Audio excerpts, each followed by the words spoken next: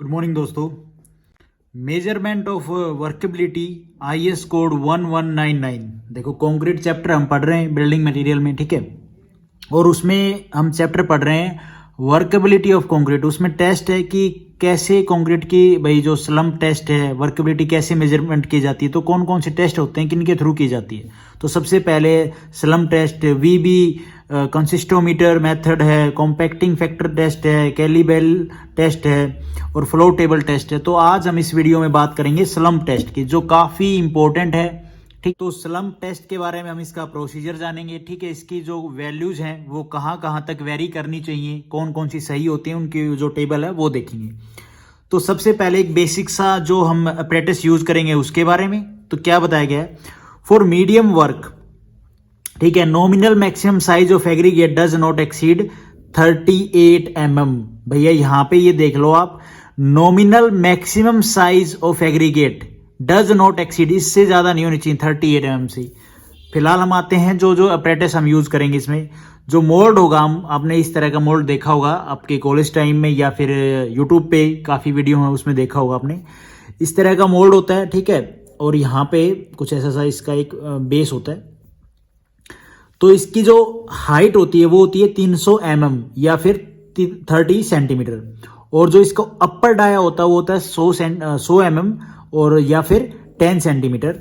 और भाई इसका जो लोअर डाया होता है वो होता है 200 mm या मीन्स 30 सेंटीमीटर, ठीक है। जो इसका हैंडल होता है, हैंडल से ऊपर तक इसकी जो ये हाइट है ये कितनी होती है 10 सेंटीमीटर। चलो जी, ये चीज होगी।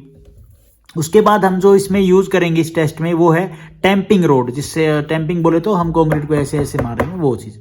तो टैंपिंग रोड का डाया कितना होता है 16 mm और इसकी जो लेंथ होती है वो होती है 60 सेंटीमीटर। और इस रोड के ऊपर रीडिंग होती है, वो रीडिंग से ही हमें स्लम्प वैल्यू मिलती है। उसके बाद क्या है, प्रोसीजर क्या है, जो हमारा मोल्ड है उसके अंदर हम 4 लेयर में कंक्रीट डालेंगे। फर्स्ट लेयर में कंक्रीट डाला, ठीक है, और उसको हम टैंपिंग करेंगे 25 टाइम्स, ये आप याद रखना, ठीक है। फिर दूसरी लेयर, फिर हम 25 टाइम तक उसको टैंपिंग करेंगे।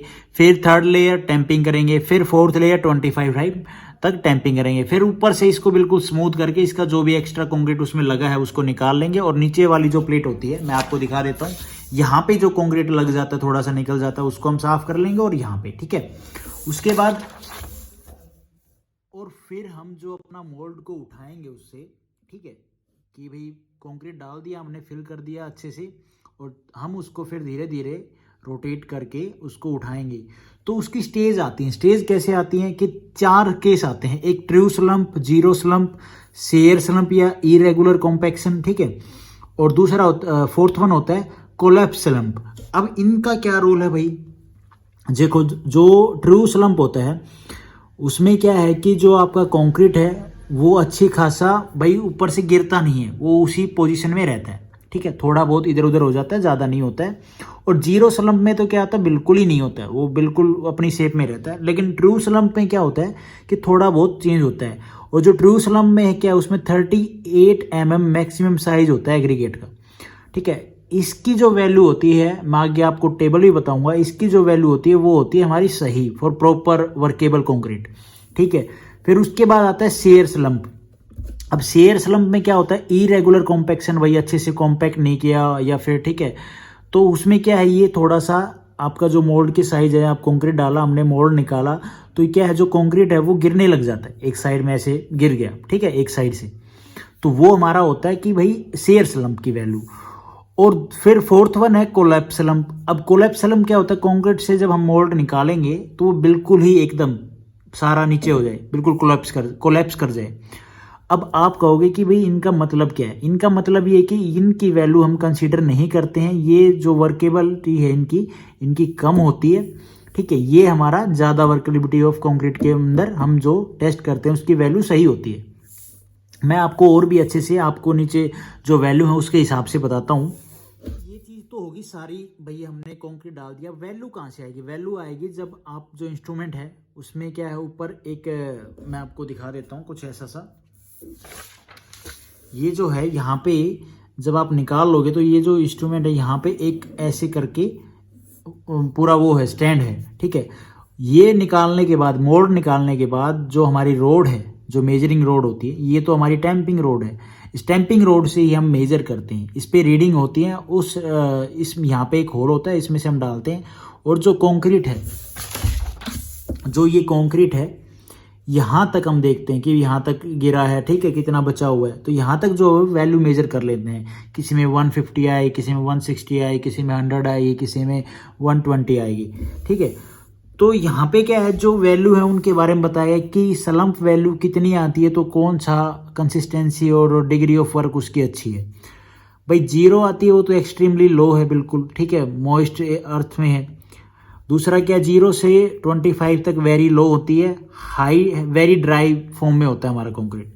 उसके बाद है 25 से 50, ये हम यूज करते हैं भाई लो में और ड्राई स्टेट में होता है, कंसिस्टेंसी इसकी ड्राई होती है थोड़ी सी कंक्रीट की।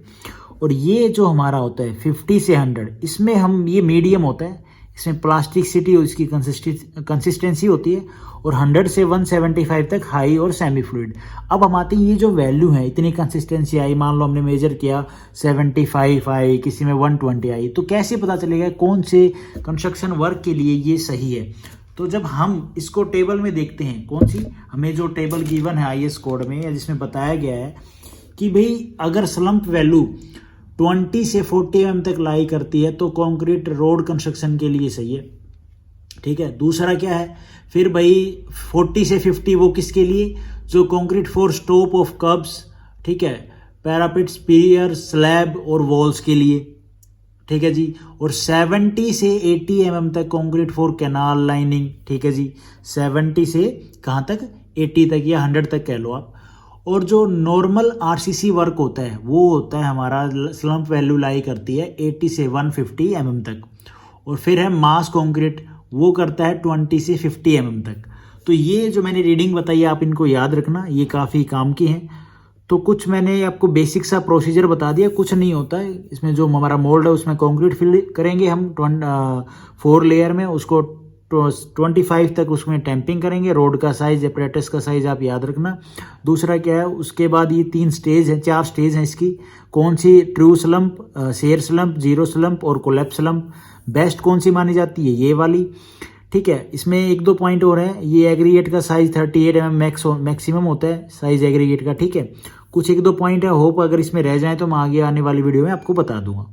तो यही था हमारा test, slump test for workability of concrete. Thank you for watching this video.